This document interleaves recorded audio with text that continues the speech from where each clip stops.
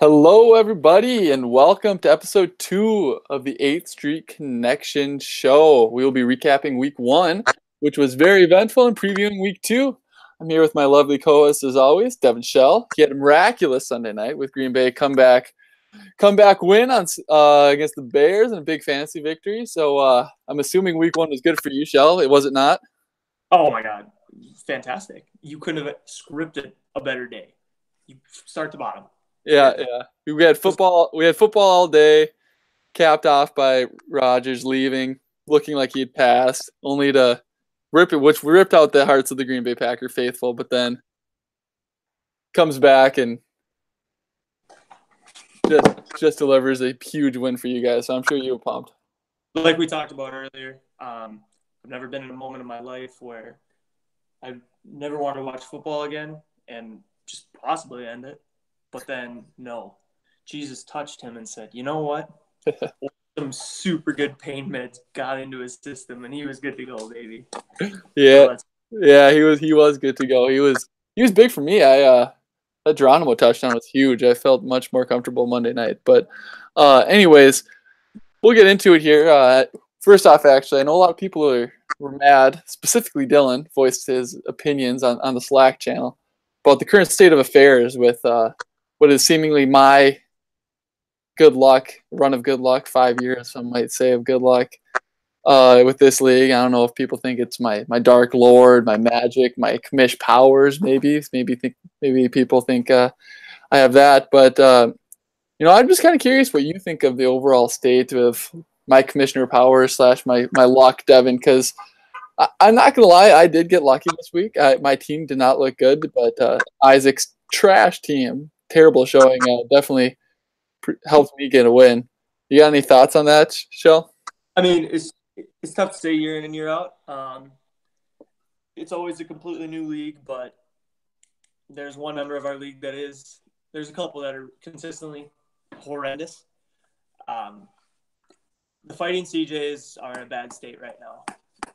Not having a second round pick, which I guess wouldn't have really mattered anyway, but I don't know. It's all luck of the draw. I mean, yeah. I mean, each year's new. I mean, obviously there's a little.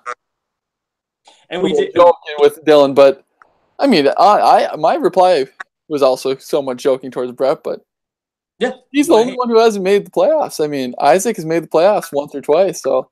I did. Which Dylan? Who's Dylan to complain about? His team's always been trash.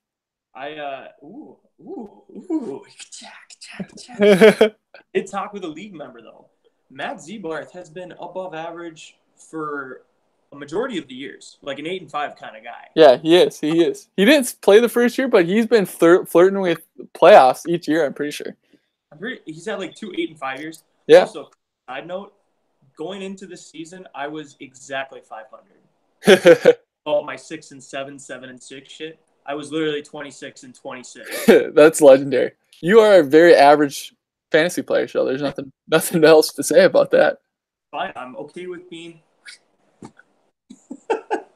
All right, let's get into the week 1 recaps here. So, kind of talked about my game already against the old Fighting CJs.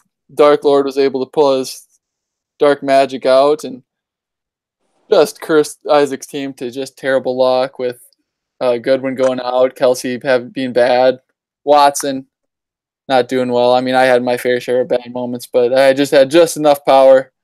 I don't think we have anything new to say there, so we'll go on to the next one. The Angry Dragons actually looked really good this week against the Team Victory Lap. I don't really like Casey's team a whole lot this year. The running backs are bad. Any thoughts on that matchup? My division guys are beating each other up. Angry Dragons definitely has a situation where he has to find a new quarterback because the one that he has is bad. Just bad. Yeah. Terrible outing yesterday. Just horrible. Yeah. His team saw Josh Gordon just got named a starter today. His wide receiver trio with a little Saquon. Saquon is going to do this all year. He's going to have 19 carries for 42 yards, but then he'll have 1 for 65, which will make it fine. That's all you need. Yeah. Yeah, I like Austin. I like Austin's team quite a bit too. So, all right, going on, we had what we predicted as the lowest scoring game of the week, which was very, very much wrong. Dylan versus part of like an ACL tear. Trevor had a huge outing from the Saints, obviously 30 points each there, but definitely carried him a victory. Any thoughts there? No. When your running backs combine for like 12 points and you still put up a 130 spot. Yeah. Yeah, I mean, to be fair to us, we predicted the running backs would be bad, and they were. The just the ancillary pieces around them just destroyed. Oh but it wasn't too exciting there because Michael Thomas and Drew Brees from the get-go put them out to a massive lead. All right, on to the Tommy Potter versus Rudy's chance. Rudy really never had a chance. Tommy Potter's team destroyed early and often with Mixon and Connor and AB and Jarvis. Texting with the GM of Rudy's chance last night. I was trying to hype him up. I've seen some crazy Monday night stuff before with Mr. Golden Tate. I'm like, the game script, it's working for you. Let's go. Come on. The game script was just not good enough. Actually, the lines were too bad where they didn't really want to win at the end. Yeah. But no, Tommy had a good week. He's got some RBs. He's got RBs. He's got depth, which is nice. He does. And like we said on the first show, that's pretty uncharacteristic. But I think it's going to be looking good for him right now. I'm sure he'll do something with it. All right. So then, last one before the game of the week, we had you, Shell, beating up on Brett. I mean, it was just not even fair at this point. It was 115 to 74 points from Brett. I mean, I thought I was expecting a lot more, but another bad showing from him. What do you have to say about your win? Brett had an unfortunate situation with his running backs, and Nuke and Larry. He had an average week for some of his players, but then Chris Hogan putting up a one spot. I'm fine with that. It's good. That's what it is. Yeah. All right. On to the next one, the game of the week, which actually was probably the game of the week, the only one that really came down to Sunday or Monday night, the late one even. We had Zeke and Destroy outlasting the Meat Beaters. What was it? 128 to 123. It looks like, or maybe it was 126. Anyways, Cooper Kupp had a little bit more juice in the tank than Cooks with that one touchdown, so that put him over the top. I just had to mock you right there. You're looking like an old man having a look. Yeah, I did. That was a super small font. Hey, I expected more of an out. Yeah. I expected Stewart to get after it today. I expected him to be really upset. Puts up a 123 spot and loses. I'm pretty sure it was like fourth highest this week. If I was him going into next week, it's like the Bears getting a big lead on someone, putting up points, and just having a 1-8 spot against you. That's tough, but it's fair. Yeah, I just did a quick check. It was fourth highest, and he ended up taking the L, which is too bad, but it's still a good sign going forward. And just like you having third lowest and getting the W. Yeah, I mean, it happens, right? I mean, and speaking of going forward here, we'll transition into the week 2 previews here. So first one we'll start with is the Angry Dragons, who are 1-0 here. Austin started off with a win versus Rudy's chance. Storm took that early loss. Yep. And like we said earlier, I really like the trio of the Angry Dragons. Solid matchups for all of them, too. And Leo banged up for Sorum. Doesn't look too good. What are you thinking? I think the Angry Dragons will take this one again. I do too. It's really tough to say right now with the Jaguars running back situation. You don't know. It's Tuesday. We don't know if Larry's going to go, but history. He's got a history of just being banged. Yeah, and Jags are usually pretty safe with them. They want to keep their franchise back safe. So right, that's what happens when you end up drafting an RB too high. But anyway, we digress. Saquon at home against the Dallas Cowboys, who are just trash. Just a horrible, horrible team. I think the Dragons are going to have another big week. Rudy's chance is really going to have to. Rudy's going to need a big comeback, big upset like in the movie. He's the underdog hard. Yeah. He is. He's living up to the Rudy's. Standard by 15. Early Vegas lines have the Dragons by 6, but I'd be with you. I would go Dragons. Throwing money. Throwing fab out there. Another quick side note: if anyone wants gambling advice, Trevor and I actually went undefeated this week in our pick'ems. So if if anyone wants to make some money on the weekends, let us know. How did college football go for you, though, Sean? Not good. Not good. We lost. We'll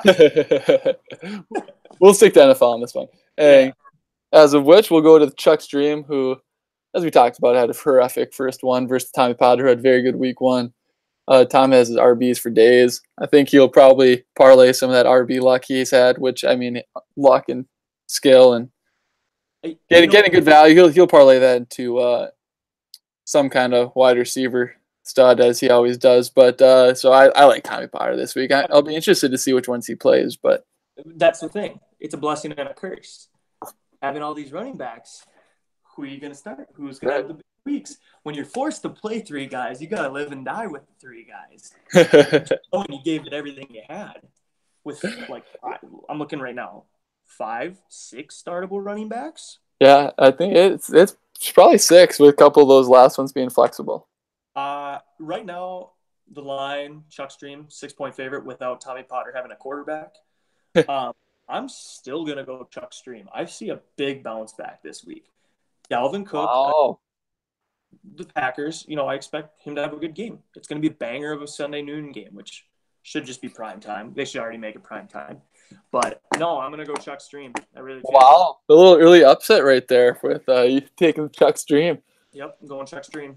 All right. On to the next here, we got Trevor's party like an ACL tear versus who's 1-0. There's Zeke and Destroy, who got that big win last night on Monday night.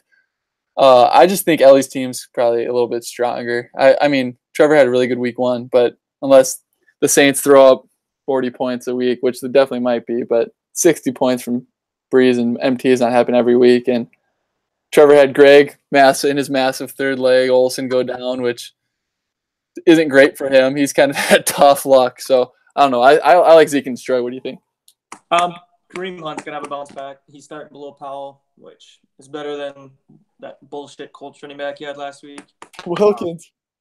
I think what's going to be the deciding factor for Zeke and Destroy is the wide receiver 2 position. Whether you go Kenny Stills, soaking wet 165 pounds, or Robbie Anderson, soaking wet 145 pounds. That's going to be the deciding factor of who. I love me some Kenny Thrills. He's got Kenny Thrills in there right now. I think that's a good choice. But yeah, he's got same player, different team right there. Ellie's roughly a 5-point favorite right now. I gotta go with my president. Yeah, you would. I knew you'd go Trevor there. I like Ellie. Yeah. So that's what I'll go there. So on to the next one.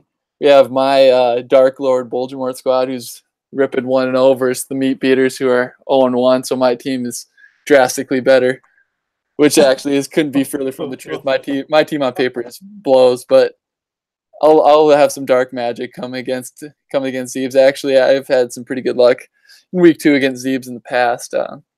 2 years ago, Zeebs had 4 players leave with injury in week 2 against me. So hopefully some of that happens this week. That's a curse. Just trying to throw Zebar the curveball. Has so much, like we already said, 4th highest gets a loss. You had the 3rd lowest and you get the W. This is insane. And I strongly feel that you should not win, but you're gonna win. And I don't know how, but it's gonna happen. And that Slack message next Tuesday morning is gonna be hot. Yeah. You're going to win by like 0.8, some bullshit like that. It's super frustrating for everyone else. Yeah, and Vegas has Zeebs as a 13-point favorite, which is probably fair. Yeah. But you're going to start – it's Aguilar season, #Aguilar season, I would assume. Yeah. Against the Bucks, who have no corners left. That's Hargraves, Brent Grimes, both dead. So, Aguilar season. Yeah. And Geronimo. I got too many average wide receivers. I don't know who to start.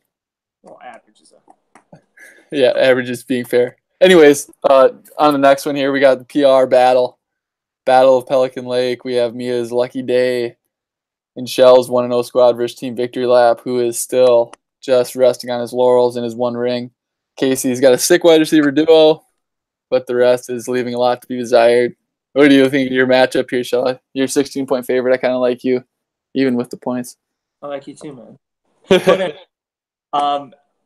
the only thing that scares me, and yes, wide receiver duo is insane. I have a really bad. If Fitzmagic can go to the Superdome and put up a 48 spot, Tyrod Taylor can probably go there and at least put up a 24 spot. I mean, he's probably half of Fitzmagic. That means Duclef and Carlos gotta maybe get one, maybe both. Who knows? This dual Browns running back bullshit is gonna benefit him one out of the 12 or 13 regular season games, and it's gonna be this week, and it's gonna kill me. I'm gonna pick myself just because that's what I do. But right. This one I'm scared about. Yeah, I mean, I wouldn't be, but I see where you're coming from. I think that eventually, yeah, he'll have a couple big weeks out of those Browns guys, but definitely not the. Just got a text message. Joe Mauer just hit a grand slam, so anything can happen, bro. What the? All right, on to the game of the week here. If you haven't already deduced it, it's weight room optional Dylan, who's sitting at 0-1 versus the Fighting CJs, and Isaac, who is also at 0-1. So loser here will be 0-2, and 2 is a funny number because there's two balls have been resting on each other's faces here as each other have put each other's nuts on their face and match up, and a lot of tension between these two. So I think it's very fitting to have the game of the week be here. And I just really don't like Isaac's team. I mean, he only put up 70-some points last week. He put Mahomes in there this week, but I'm sure Watson's going to have a big week. So what do you think? What do you think? Here's what I think. Bolger, there's lessons to be learned in life. And I just want this to be one. I don't know if you can see this. It might be backwards. I don't care. You probably know who it is. No, I can see it. Has to say.